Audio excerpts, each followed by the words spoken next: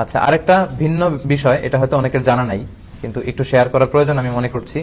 আমাদের মালয়েশিয়াতে যেহেতু ইনশাল্লাহ হোপফুলি আজকে চাঁদ দেখা গেলে আগামীকাল ঈদ, তো আগামীকাল কিন্তু আবার জুমাবার, তাই না? সকালে একটা গ্যাদারিং, দুপুরে আরেকটা গ্যাদারিং। তো বিষ্ণু ইসলাম বলেন লা ইয়াজতামিউ ঈদান ফি ইয়ামিন ওয়াহিদ, একদিনে দুই ঈদ হয় না, মানে একদিনে দুইটা গ্যাদারিং আমাদের জন্য কষ্ট হয়ে যাবে।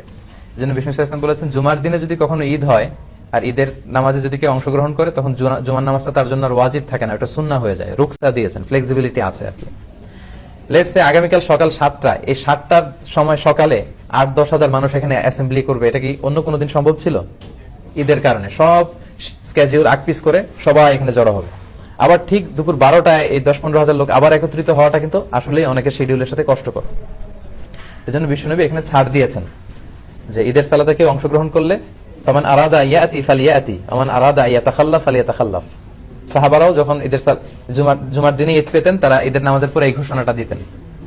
তবে জুমার সালাত যেহেতু অনেক গুরুত্বপূর্ণ একটা সালাত, ইবাদত, অনেক ভার্চু আছে এর মধ্যে, তো আমরা ইনশাআল্লাহ শরীক হব।